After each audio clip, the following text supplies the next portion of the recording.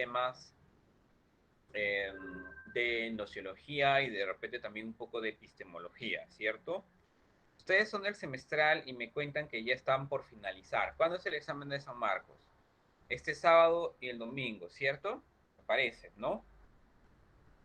Bien. Entonces les voy a compartir la práctica que tenemos para el día de hoy. Un momento.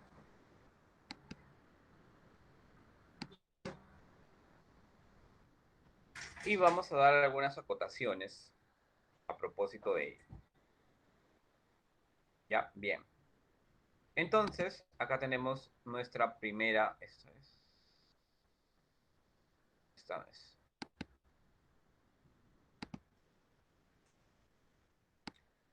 creo que es esto.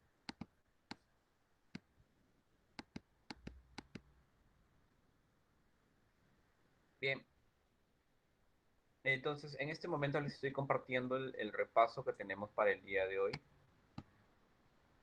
¿no? Son diferentes interrogantes. Una de ellas sería sobre la nociología, ¿no? Sobre el tema de nociología y epistemología. Y epistemología. Bueno, la nociología trata sobre el conocimiento en general, mientras que la epistemología trata sobre el conocimiento científico. La epistemología se diferencia de la ciencia porque muchos confunden, porque tenemos nosotros como que la idea de, o tenemos el, claro, cuando hablamos de conocimiento, inmediatamente aparece el tema de nociología, ¿no? Entonces decimos, nociología es equivalente a conocimiento, ¿cierto? Ya, listo. Y epistemología es equivalente a ciencia. El asunto es que la epistemología no estudia en sí la ciencia, ¿no? Porque la ciencia, para empezar, es un saber ya bastante amplio. Eh, la ciencia tiene diferentes disciplinas que van a problematizar sobre la realidad.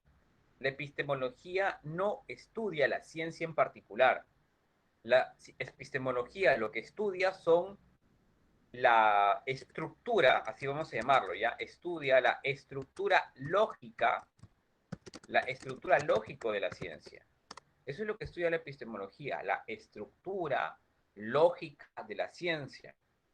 Y uno se pregunta, ¿y a qué se refiere con estructura lógica de la ciencia? Es que toda ley, ¿no?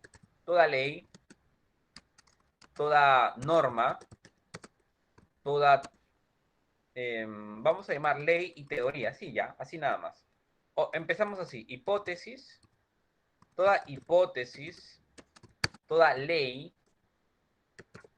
toda norma, no, ley o teoría, ¿no? Se construye a partir de enunciados, ¿no? Se construye a partir de enunciados. Por ejemplo, una teoría o una ley científica sería la ley de la gravitación, ley de la gravitación universal. ¿Sí? Así se escribe, ¿no? Ley de la gravitación universal. ¿Sí? Esa es una ley. Pero, ¿qué significa o cuál es la ley? ¿Cuál es esa afirmación? Si es que hablamos de una ley, una teoría o una hipótesis, estamos hablando de una afirmación. ¿Qué es lo que se está afirmando? Se está afirmando una proposición. Y nosotros sabemos que por lógica, las proposiciones pueden ser verdaderas o pueden ser falsas, ¿cierto? Así son, las proposiciones pueden ser verdaderas o las proposiciones pueden ser falsas. Y para estudiar las proposiciones tenemos que saber leyes, métodos y teorías del campo de la lógica. Entonces, la afirmación de la ley de la gravitación universal podría ser, me parece, la siguiente. Voy a parafrasearlo, ¿ya? Voy a poner todo cuerpo que tiene masa, o mejor dicho, ya, pues todo cuerpo necesariamente tiene masa, pues, ¿no? Todo cuerpo es atraído ¿no? Es atraído a otro cuerpo de mayor masa, ¿sí? Eso es un enunciado, es una proposición, ¿sí? Enunciado, proposición, no es cualquier oración, porque es un enunciado, es una proposición. Es una proposición porque yo puedo verificar si es que es verdadero o si es falso. Entonces, ¿cuál será mi punto de referencia para tener en cuenta que es una proposición? Esto, lo que vamos a llamar hechos. ¿Ok? Los hechos. ¿Pero qué son los hechos? Los hechos son acontecimientos. Son acontecimientos específicos. Eso es un acontecimiento, es un acontecer. Los hechos serían la suma de acontecimientos y eso sería el mundo. Entonces, miren, hechos son acontecimientos o la suma de acontecimientos.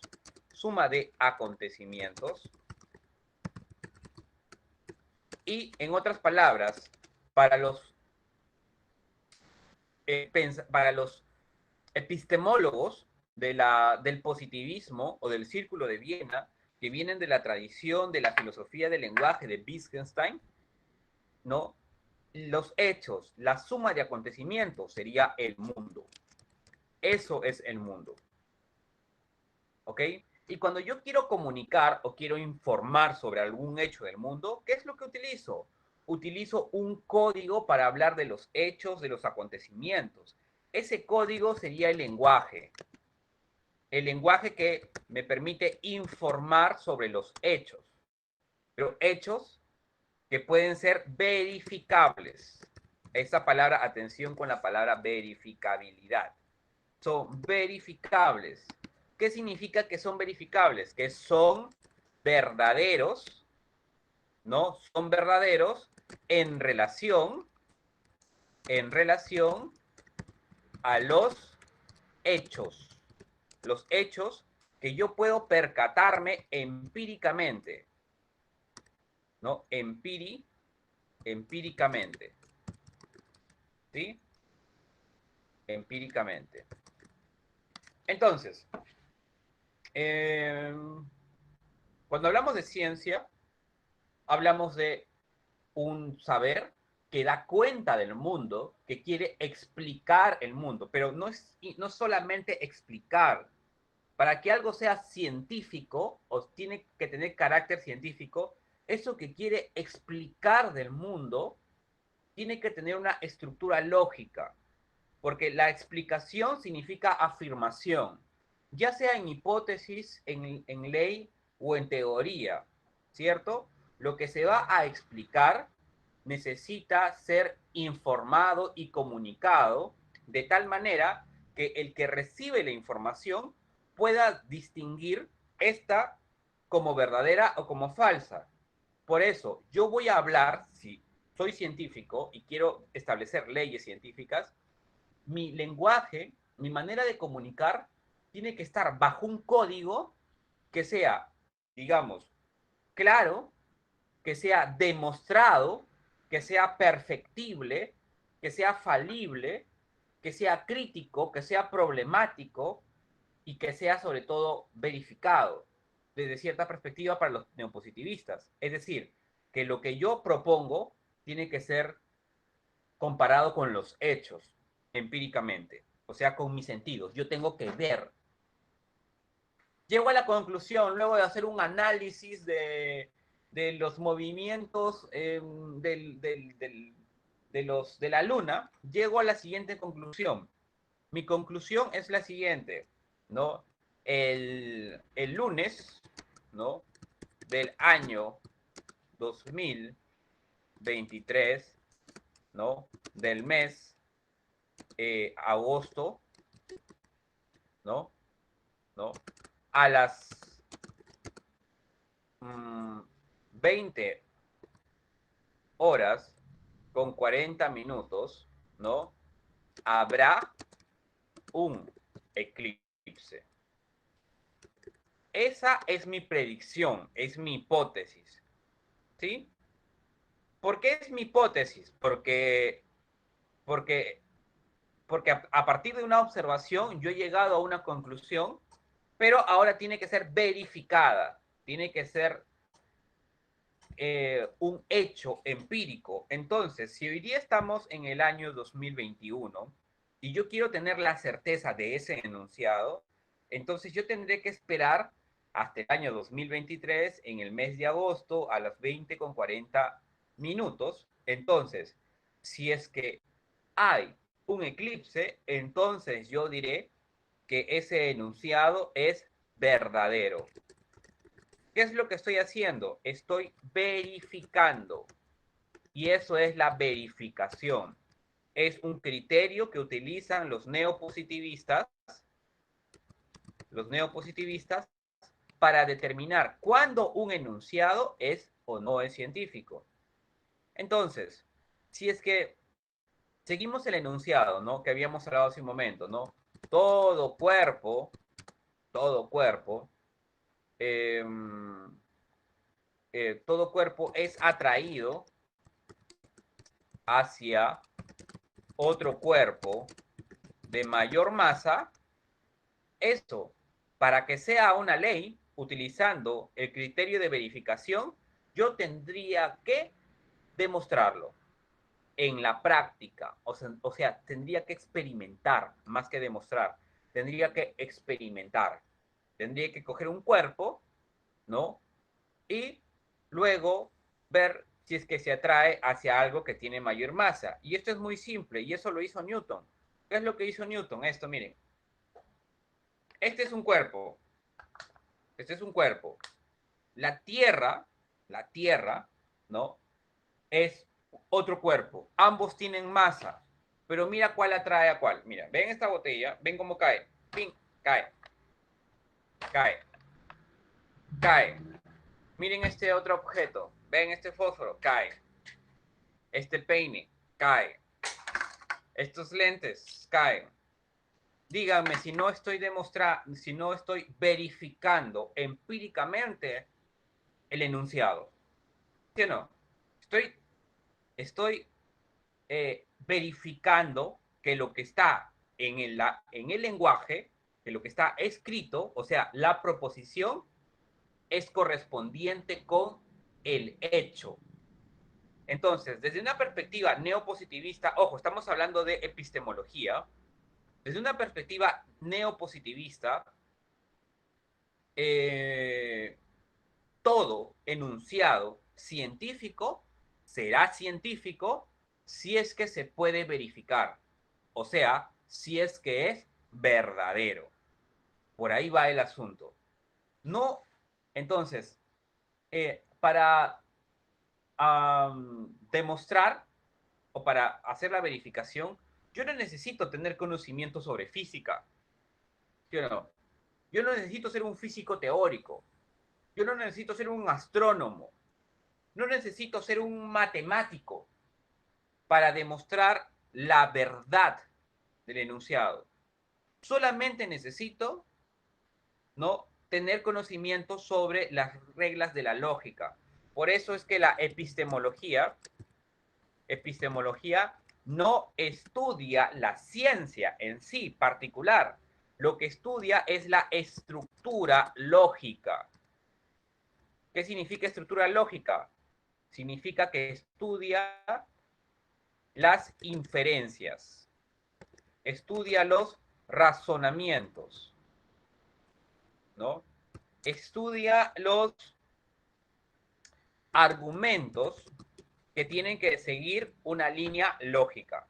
Ese será el primer filtro. Si es que no pasa ese filtro lógico, no podemos considerarlo o llamarlo ciencia. Pongámonos en este caso. Mi mamá dice que cada vez que llueve es que va a haber un temblor. Perdón, cada vez que hay un fuerte viento es porque va a haber un temblor. Eso dice mi mamá. Si hay un fuerte viento es porque va a haber temblor. Entonces, obviamente para mí eso es una superstición, eso es una creencia. Entonces son las 6 de la tarde y hay un fuerte viento y mi mamá dice, hay que dejar las puertas sin cerrojo porque va a haber un temblor. Y digo, pero ¿cómo sabes que va a haber un temblor? Porque hay un fuerte viento. Entonces si yo me río, pues, ¿ok? Y esa noche, ¿no? Esa noche, mientras estamos listos para ir a dormir, hay un remesón, hay un temblor de 5.8 grados. ¿Ya? Ya 6 vamos a ponerlo. Entonces, mira, mi mamá emitió un enunciado. Mi mamá dijo, miren, si hay fuerte viento, entonces habrá un temblor. Eso es un enunciado, ¿no? Claro, ese es un enunciado.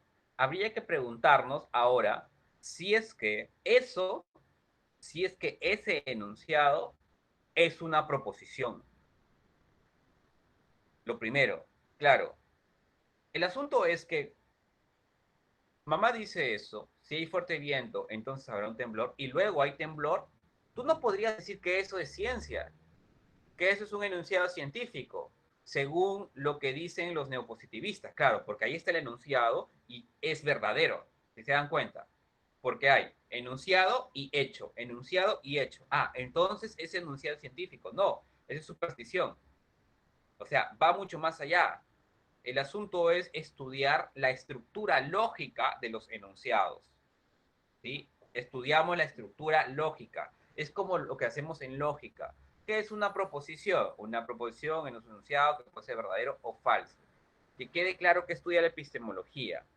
Por eso la epistemología va a distinguir cuáles son las características que tiene que tener la ciencia, cómo clasificamos la ciencia, cuáles son las teorías de la ciencia, cuáles son los criterios demarcatorios para determinar ciencia.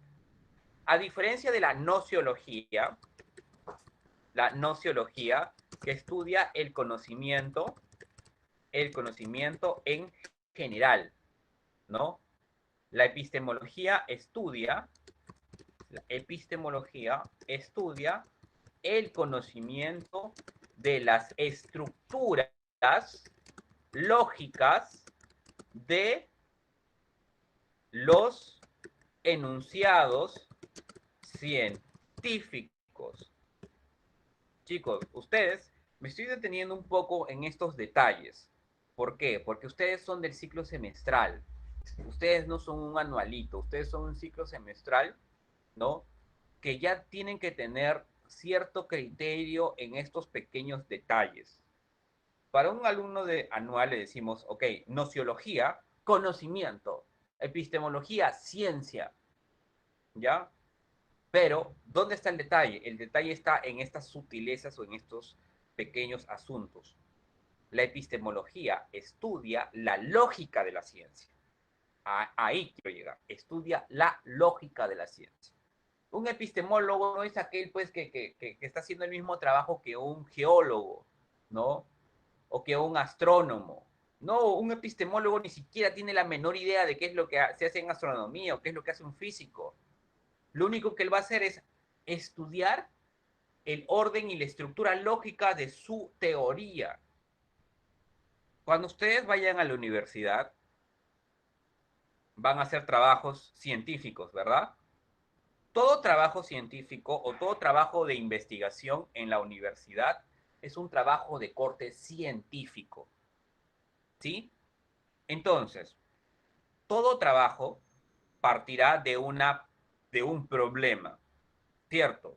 Entonces, si tú tienes que hacer una tesis, ¿qué es una tesis? Una tesis es una afirmación sobre algo, sobre un fenómeno, porque hay un problema. Entonces, tú estudiante ves que hay un problema. En cualquier ámbito de la realidad hay un problema. Como hay un problema, como hay un problema, entonces le das una respuesta provisional a ese problema. ¿Cómo se llama esa respuesta provisional a ese problema? ¿Mm? Vamos, vamos, vamos, hablen, hablen, comuníquense. Es un momento de preguntar. Yo no voy a postular, por favor. ¿Ya? Yo ya ingresé hace rato ya. Pregunten y respondan. Atrévanse a equivocarse, como lo que decía Kant. Kant decía, este, sapere aude, ¿no? Sapere aude significa atrévete a pensar por ti mismo.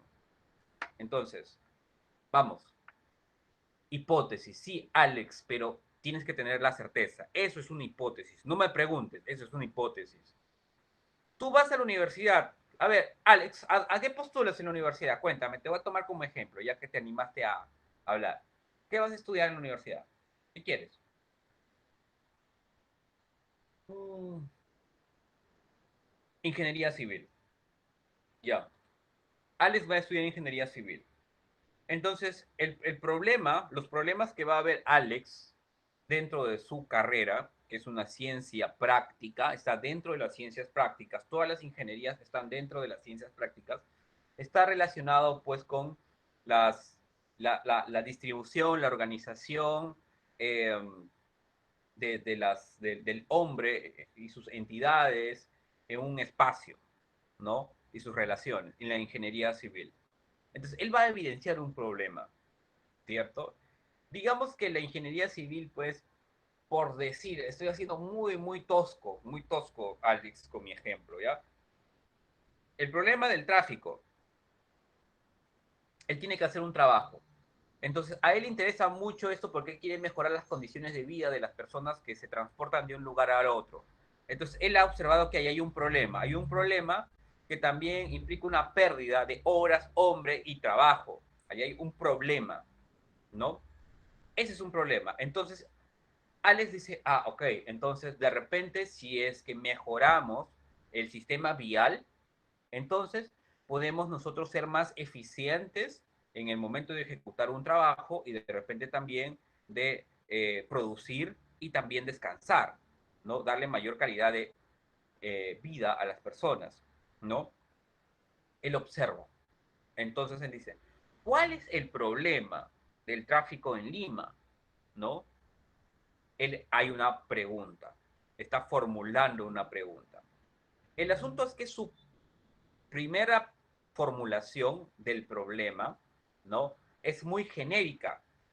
Él no va a poder responder jamás a eso, porque el problema, perdón, del tráfico de Lima, este, tiene diferentes vertientes. La ciencia no trabaja a partir de generalidades, sino de particularidades. Entonces, si es que él quiere no solamente formular una pregunta, sino resolver un problema, tiene que ser mucho más puntual, tiene que ir a tópicos, tiene que reducir sus tópicos. Entonces, él va a reformular su pregunta y él va a decir, ¿cuál es el problema del tráfico, ¿no? De, a ver, yo vivo en San Juan de Miraflores, del tráfico que se genera entre los cruces de la avenida San Juan con la avenida Pachacútec entre las 7 de la mañana a las 8 de la mañana de entre los días lunes y viernes. Ahí esta es otra cosa, ¿sí o no? ¿O no, Alex? ¿O es lo mismo? Que decir, el problema del tráfico en Lima, el problema del hambre en la humanidad. O sea, no, pues, la ciencia no trabaja así. Tiene que ser particular, porque es una característica de la ciencia. La particularidad de su investigación y la factibilidad de poder responder a ese problema. Entonces, vamos a, tenemos el problema. Ya está, eso es lo primero, el problema. Y ahora lo que dice Alex, ¿qué es lo que sigue? Sigue la hipótesis. ¿Y cuál es la hipótesis? La hipótesis es una respuesta provisional, ¿cierto? Es una respuesta provisional. Entonces, ¿cuál será una posible respuesta, Alex? Si me ayudas un poquito. Vamos. Hemos dicho que nuestro problema es, ¿cuál es nuestro problema? Es, ¿por qué se genera el tráfico, ¿no? O cuál es la solución al problema del tráfico entre las horas 7 a 8 en el cruce de San Juan con Pachacútec de lunes a viernes. ¿Cuál sería una posible respuesta a ese problema?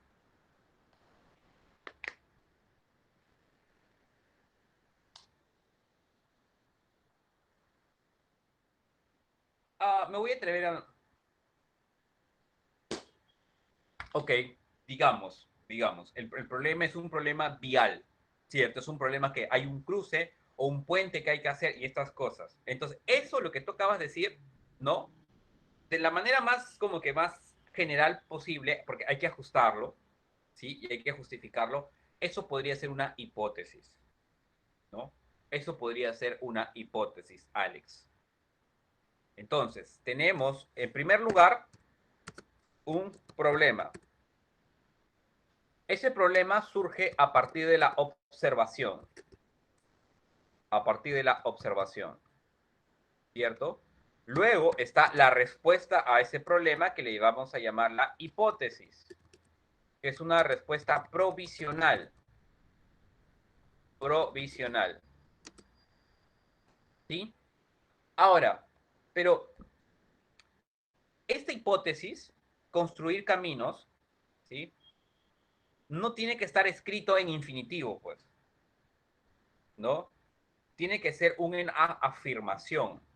No puede utilizar infinitivos porque los infinitivos no, no se dirigen o no me dan la certeza de si puedo comprobarlo como verdadero o como falso. Entonces, yo no puedo presentarle a mi profesor, mi respuesta es construir caminos. Mi hipótesis es construir caminos. No, tengo que utilizar una proposición, un sistema de lenguaje que me permita comunicar lo que yo quiero responder y que aquello pueda ser evaluado por el otro, ¿no? Pero más allá del hecho empírico, primero tiene que pasar por el filtro lógico. Entonces, construir más caminos no sería lógicamente válido en el momento de establecer una hipótesis. Tengo que ser mucho más preciso, ¿sí? Tengo que afirmar algo, ¿no? Entonces, podría decir, la construcción, la construcción, vamos a poner así, para términos así, ¿ya? Un ingeniero civil seguro me mata por lo que estoy diciendo, ¿no? La construcción, ¿no? De un bypass, de un bypass en las avenidas tal, en las avenidas tal, ¿no? ¿No? Para reducir, ¿no? La afluencia, ¿no? O la congestión entre tal cosa, ya. Entre las avenidas. Y ahí. Simplemente es un esbozo nada más, ¿no? ¿Sí? Entonces, esto ya sería como que más cercano a una propuesta que puedo yo verificar lógicamente como verdadero o como falso. Entonces, yo que soy tu evaluador de la tesis, entonces voy a preguntarle, ya, ¿y cómo justificas eso? ¿Cuál es tu marco teórico? ¿No? ¿Cuál es la viabilidad? ¿Cuál es la funcionalidad? ¿Cierto? Entonces, comienzo yo a evaluar y contradecir su propuesta, ¿no? Entonces, Alex lo que va a hacer es una experimentación. Él va a decir, yo he experimentado o he visto o hay tales situaciones en donde se ha mejorado estas congestiones en muchos lugares donde había pues mucha congestión vehicular. Entonces, él podría demostrarme de repente en los hechos utilizando algo que se llama la contrastación, ¿no? ¿Qué es la contrastación? La contrastación es la comparación de mi enunciado con un hecho empírico, es decir, con un hecho real del mundo. Entonces comparo, ¿no? Ahí está la comparación, ¿sí? Yo le pongo el caso de repente lo que sucedió en Villa María, lo que sucedió en Puente Nuevo, lo que sucedió en el Agustino y cómo se mejoró. Estoy haciendo una comparación entre mi enunciado, mi propuesta y un hecho. Luego viene tu profe y te dice, y te da una refutación. Y te va a decir, pero ya, ¿cuál es la viabilidad? ¿cómo justificas tú esa construcción? Si es que puedes hacerlo o no puedes hacerlo. ¿Dónde está? Entonces yo te pido una corroboración. Lo siguiente, entonces, no es suficiente con contrastar, porque puede que tu enunciado sea contrastable, claro, lo puedas comparar con un hecho real, pero luego viene otro investigador, un científico o simplemente un evaluador y te pide la prueba de la corroboración. ¿Qué significa la corroboración? Que tienes que probarlo, ¿no? O tienes que ponerlo a prueba con otros enunciados o con otros investigadores. Lo pones a prueba. Si tú superas mi refutación, porque yo te voy a refutar, si tú superas mi refutación, ¿ya? No es que tu enunciado sea verdadero, pero ha pasado la prueba de la corroboración, al menos hasta ahora. Ha pasado la prueba, hasta ahorita. Estás como que en luz verde. Ok, entonces recién, ¿no? Podrías tú teorizarlo. La teorización, la teorización sería como la parte formal, como llevarlo al papel, mostrarlo al mundo, universalizarlo, ¿no? Universalizar, ¿no? Hacerlo parte de la comunidad científica, O sea, lo haces más formal, pues, la teorización. Y lo siguiente, ¿qué sería? 6. La puesta en práctica, o sea, la aplicación. Lo que les acabo de decir es una eh, explicación del método científico en un hecho cotidiano, porque no vayan a pensar que el método científico solamente utilizan los científicos. No, el método científico se emplea para cualquier actividad humana, porque tiene cierta garantía de eficiencia y de eficacia. No necesariamente tienes que ser un científico para hacer uso del método científico. Todos ustedes cuando vayan a la universidad van a hacer eso. Todos tienen que hacer este tipo de trabajos. Es lo que se llama una tesis, una monografía, una tesina, un artículo. Tienes que hacer eso. Más o menos va por esa línea. Si no, tu profesor te va a decir, no, no, no pasa nada. Tienes que volverlo a hacer, y volverlo a hacer, y volverlo a hacer. Lo digo yo. ¿Okay? Ahora sí, ya hemos hablado bastante de la ciencia. Y esto nos permite hablar, hemos hablado del neopositivismo, porque el neopositivismo dice, para que sea un enunciado científico, tiene que ser verdadero. Pero acá aparece la figura de otro señor que se llama Popper. ¿Se acuerdan de Popper? ¿No? Popper, él emplea otro criterio de marcatorio. El criterio de marcatorio de Popper se llama la falibilidad. La falibilidad. ¿Qué significa la falibilidad? Que para que algo sea científico, tiene que poder contradecirse, tiene que haber una contradicción, o también llamada refutación, ¿sí? O lo que escribí más arribita, la posibilidad de ser corroborado, ¿sí? Pero, ¿por qué introducimos esta palabra de la corroboración? O sea, tú me das una afirmación y yo la niego, pero con argumentos, ¿cierto? Entonces, siempre tiene que haber la posibilidad de la refutación o de la contradicción. Porque si no hay la posibilidad de la contradicción o la refutación, tampoco sería ciencia. ¿Sí? Con eso, ¿qué es lo que estoy tratando de decirles? Que para Popper, la ciencia no es exacta. La ciencia no nos brinda verdades absolutas. La ciencia lo que nos dice es que te aproximas a la descripción de un fenómeno de manera temporal, hasta que aparezca algo o alguien, otra ley, otra teoría, que en el momento de la corroboración, cuando lo refute, supere tu argumento. Si supera tu argumento, entonces esta nueva teoría, ¿no? Tiene mucha mayor fama, tiene mucha más garantía de predicción favorable que la anterior. no está diciendo que sea verdadero, solamente que nuevamente ha pasado la prueba. Es como cuando tú das un examen, ¿ya? El hecho de que tú des un examen no quiere decir que tú seas el amo y señor del universo, solamente has pasado una prueba. Puede que venga otra prueba y la falles, y así. Por eso las características de la ciencia. Las ciencias son perfectibles, es decir, pueden mejorar, y también son falibles, es decir, pueden errar. Imaginemos una propuesta que es aparentemente ciencia, que sería el psicoanálisis, ¿ya? El psicoanálisis tiene argumentos que no pueden ser refutables. El psicoanálisis utiliza, incluso el marxismo también tiene algunas tesis que no son refutables, o sea, que no las puedes contradecir.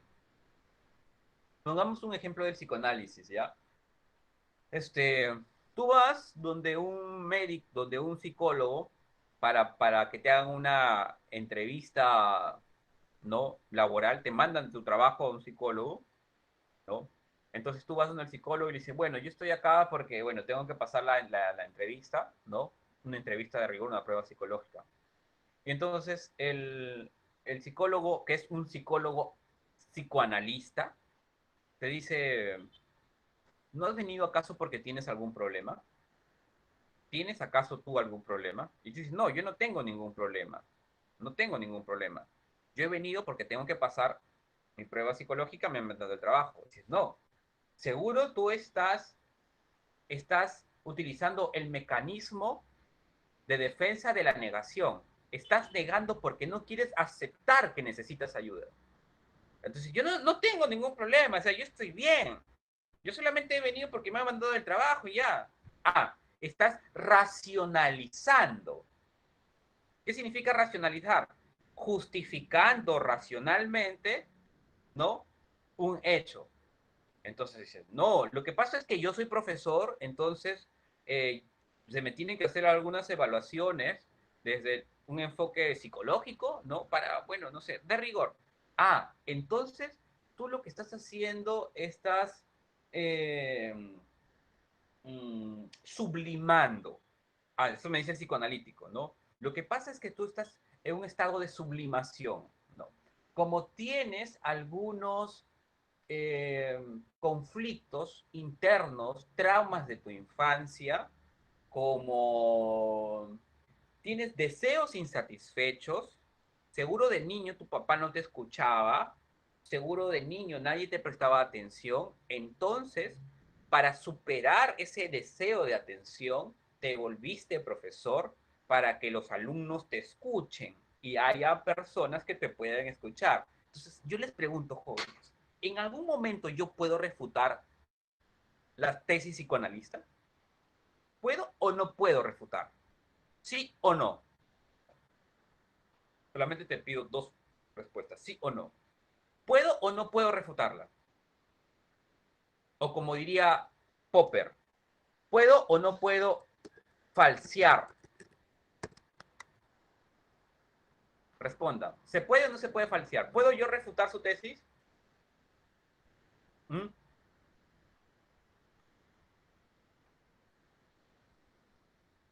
No, pues no se puede. Pues, ¿no? No se puede falsear.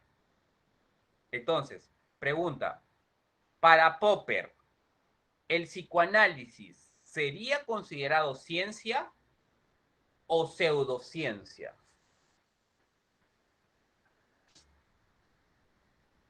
Claro, sería considerado pseudociencia. Para los positivistas, para los neopositivistas,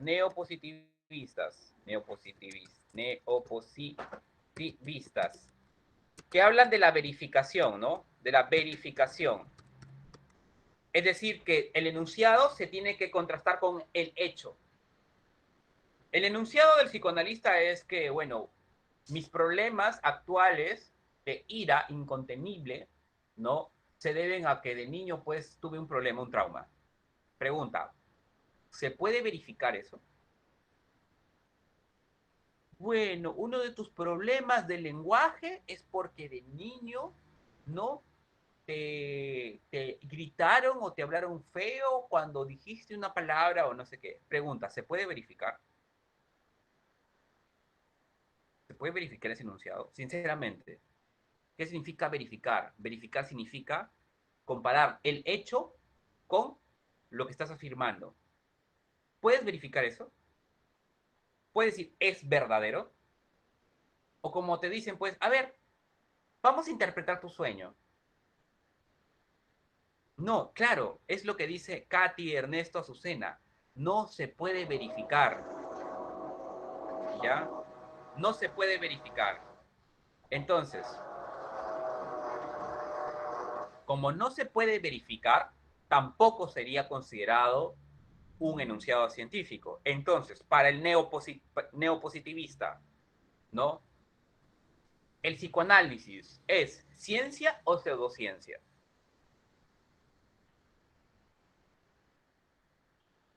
¿Mm? Pseudociencia. Entonces, ya tenemos estos dos enfoques tan marcados. Neopositivismo, neopositivismo, para que sea ciencia, ¿qué es lo que tiene que ser? ¿Cuál es la prueba, el criterio para considerarlo ciencia? Tiene que ser verificado, se le llama verificación.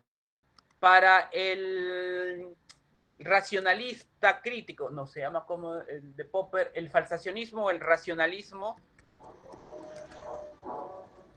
Para el racionalismo crítico de Popper, para que sea ciencia, ¿qué es lo que tiene que haber? Falibilidad o falsación. Ahora entendemos mejor qué es lo que es la falsación y la falibilidad, ¿sí? Hola, Ariana. ¿Ok? Bien, listo. Un ratito, chicos, por favor. Ya, listo. Continuemos entonces. ¿Ya? Vamos a desarrollar la práctica. Ya hemos hablado de epistemología, ahora vamos a ir violentamente con la práctica, que es un toque de epistemología y un poco de nociología, pero yo quería aclarar un poco estos temas de epistemología, ¿ya? Vamos entonces. Listo. Entonces, uno dice, ¿qué interrogante no pertenece al ámbito de la nociología? En la número uno. No pertenece a la nociología. Evidentemente, acá sería, ¿cuál? La que no pertenece sería esta, pues, la C. Obis. Sí. Para la filosofía de Immanuel Kant, considera que la información que proporciona la experiencia se presenta organizada gracias a leyes a priori que proporciona la razón. Por tal motivo, el pensamiento de este intelectual alemán es resultado principalmente de la compatibilización de algunas propuestas. Recuerda que las tres doctrinas de la modernidad son empirismo, o mejor, racionalismo, empirismo y criticismo, ¿no? El criticismo de Kant surge de la mediación y la armonía entre el racionalismo y el empirismo. Porque Kant dice, ¿no? Se puede conocer a través de mis sentidos, pero mi razón los organiza. Él no niega ni la razón ni la sensación. Entonces, él es un punto medio. Por eso acá será la B, por supuesto que sí. Tres. Según el criticismo, ¿cuántas fuentes de conocimiento hay? No solamente es uno, sino sería ¿cuáles? ¿No? ¿Qué es lo que hace posible que nosotros sería? Claro, la sensibilidad y el entendimiento, la razón y los sentidos. ¿Saben qué es el entendimiento? El entendimiento, el entendimiento para Kant es el razonamiento. Recordemos nuestra clase de psicología, ¿no? ¿El razonamiento qué es? Es la relación entre premisas que luego traen como consecuencia una conclusión. Ese es un razonamiento. O sea, el razonamiento no es intuitivo. ¿Qué es la intuición? La intuición es el contacto inmediato que tengo con un objeto. Así, yo entro en contacto con este objeto e intuyo inmediatamente, sin mediación de la razón, ¿no? Un conocimiento, un ratito, un conocimiento, vete. Un conocimiento inmediato. Eso es lo sensorial. Es como cuando tienes frío. La corriente marina, o sea, la corriente fría, digamos, sería el objeto, tú lo percibes e inmediatamente tienes una sensación. Entonces dirás, el ambiente está frío. Claro, es inmediato, no es razonado, no hay una reflexión. Entonces, el entendimiento exige razonamiento. Por ejemplo, tengo premisa uno y premisa 2 y de la relación de la premisa uno y la premisa 2 tengo una conclusión. Esa conclusión puede ser de diferentes maneras. Por ejemplo, la premisa uno le voy a llamar juicio. Es un juicio 1. A la premisa 2 le llamo juicio 2. Y a la conclusión le llamo juicio 3. ¿Ok? La conclusión sería juicio 3. Son 3 juicios.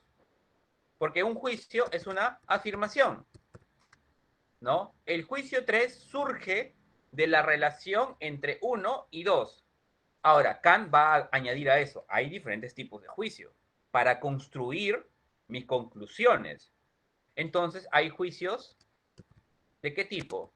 Hay juicios analíticos, hay juicios sintéticos, hay juicios, hay juicios a priori y hay juicios a posteriori. ¿Sí o no? Hay juicios a posteriori.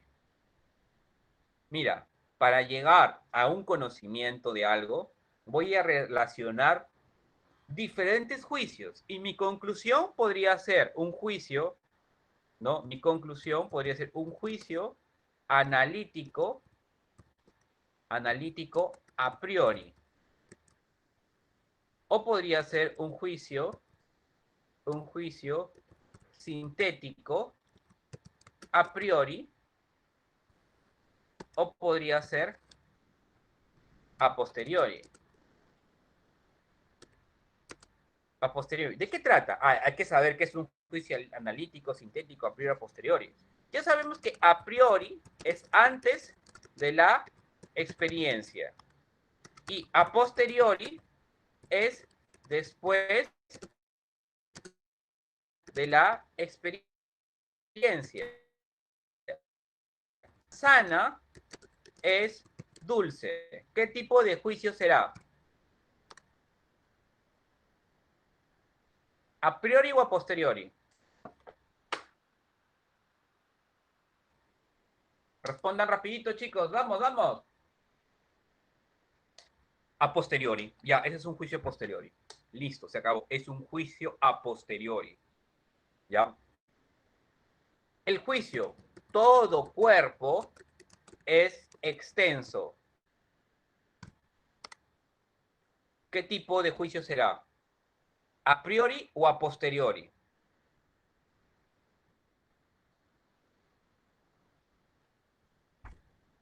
Es más complicado, pues.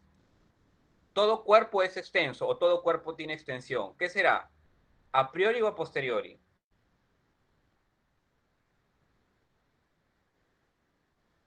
¿Mm? ¿Mm? Todo cuerpo es extenso.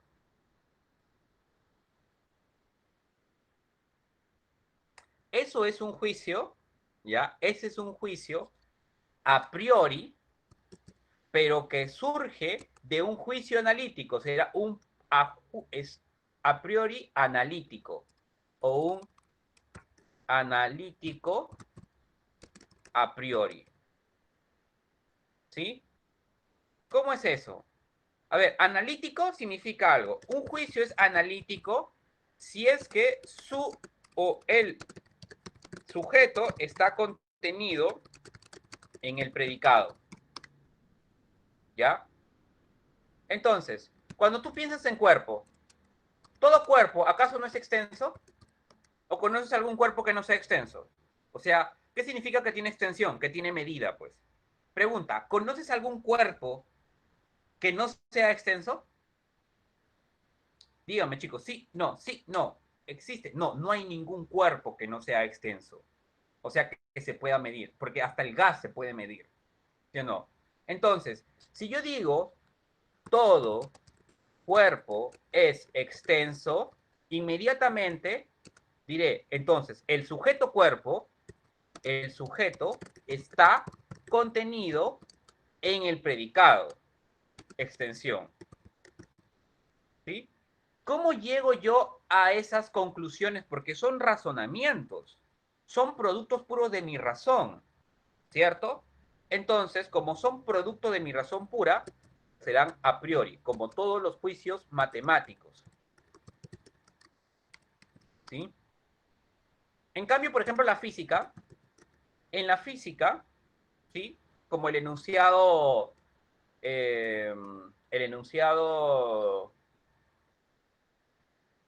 todos los cuerpos, todos los cuerpos son atraídos a otros de mayor masa. ¿Qué tipo de enunciado será? O juicios. ¿Qué tipo de juicio será? Por un lado estoy hablando de un juicio analítico, ¿no? Pero por otro lado también estoy hablando de experiencia, porque para llegar a esta conclusión, ¿no? He tenido que experimentar con mis sentidos. Entonces será analítico, o perdón, a priori, ¿no? A priori, sintético. Hay que trabajar así. Yo sé que este es un poquito complicado, ¿ya? Pero más allá de que puedas distinguir con claridad lo sintético, lo a priori, lo a posteriori. Lo a priori y a posteriori es muy sencillo, ¿cierto? Lo analítico y lo sintético es un poquito más complicado. Las manzanas son frutas, será un juicio de tipo analítico. Eso es analítico. ¿Por qué? Porque el ser manzana está contenido en el ser fruta.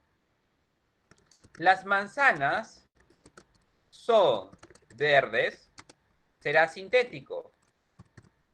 ¿Por qué será sintético? Porque el ser manzana no está contenido en el ser verde. ¿Ok? Repito, será sintético porque el ser manzana no está contenido en el ser verde. Y así es como entonces tenemos que combinar los juicios. Kant trabaja de esa manera. Y eso es el entendimiento. El entendimiento, el entendimiento para Kant sería las relaciones entre los juicios. Y cuando yo emito un juicio, estoy emitiendo información del mundo. O sea, estoy brindando conocimiento. ¿Que surge de dónde? De mi experiencia con los sentidos, pero también de mi experiencia propia de la razón. Por eso es que para Kant no puede haber conocimiento separado uno del otro. ¿Ok? Quedamos en eso entonces. Continuemos. ¿Dónde estamos?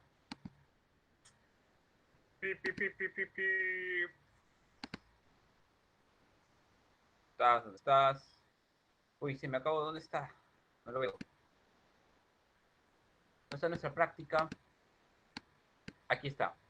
Listo. Y ahora sí, corremos un poquito, ¿ya? Cuando se describen los hechos tal como han ocurrido e independientemente de nuestros gustos y emociones, se cumple la característica del conocimiento denominada objetividad. Esa es la objetividad. 5. Adoptar una posición filosófica realista es considerar que el conocimiento es un reflejo fiel de cómo las cosas son realmente, ¿no?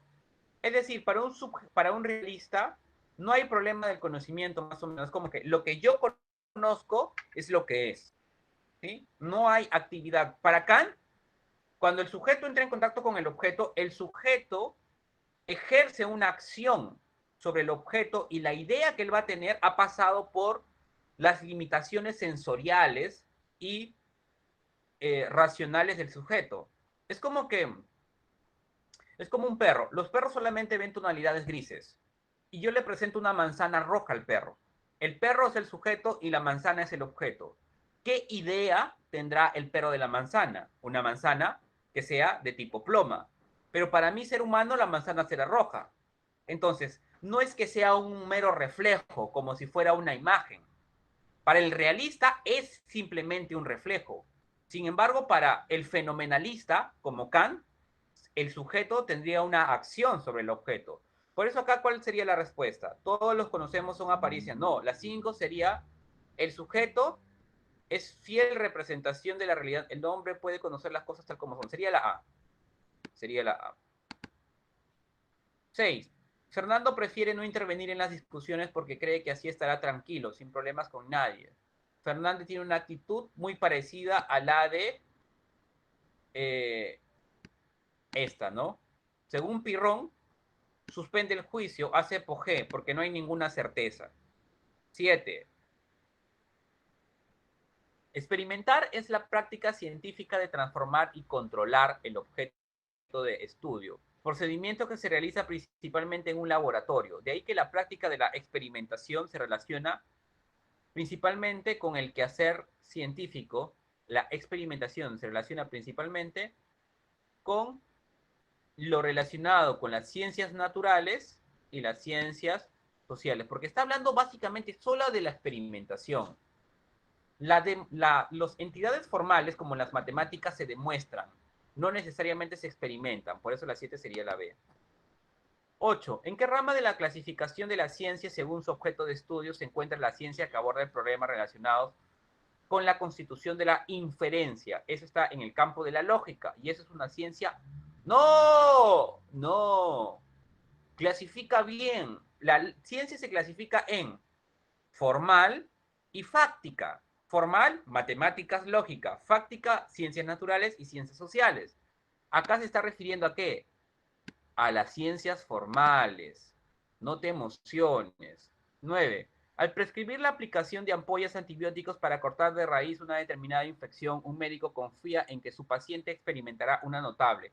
O sea, tiene seguridad en su predicción. 10. Al presentar la falsabilidad como criterio, justo lo que vimos hace un rato, para delimitar la ciencia, Popper pretendió mostrar que las teorías y leyes científicas están sujetas a cometer errores. Esta es. 11.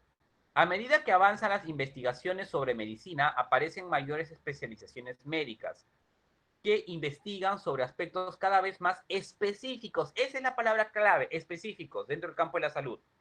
¿Se acuerdan cuando hablábamos con el compañero? Y no es que hablemos del tráfico de Lima, sino el tráfico aplicado en la calle tal, entre la hora tal, el minuto tal. ¿Qué se llama eso? ¿Ser universal, especulativo o ser selectivo? Eso es ser selectivo, pues. Ya, la 12 tiene muchas letras. Les doy la respuesta de frente, ¿no? Cuestiona la eficacia de las computadoras. Ya, esta sería, ¿ya? Luego lo leemos. Esto es bien sencillo. 13 dice, durante el proceso de revolución científica ocurre un cambio de paradigma. Esta sería, cambia la manera de percibir la realidad. 14. Para Carnap, la diferencia a las ciencias de la pseudociencia. ¿Cuál es la diferencia? Carnap es un neopositivista, ¿no? Carnap es neopositivista. Las segundas son racionales, pero no empíricas. Las segundas son empíricas, pero no racionales. Las ciencias son refutables, que solo las ciencias pueden ser verificadas en los hechos. Esa sería la respuesta, la D. Y por último, el método científico que en las ciencias naturales y sociales presenta como primer paso el planteamiento de problemas de interés para esos campos del saber humano, que el método científico en el que las ciencias materiales, naturales y sociales presenta el primer planteamiento del problema, interrogantes, es la D. Uf, chicos, acabamos con éxito. hemos pasado la prueba. No es que hayamos llegado a la verdad. No hemos alcanzado la verdad. Solo hemos superado este problema de nuestra clase. Chao, cuídense. Nos vemos la próxima semana. Adiós. Un abrazo.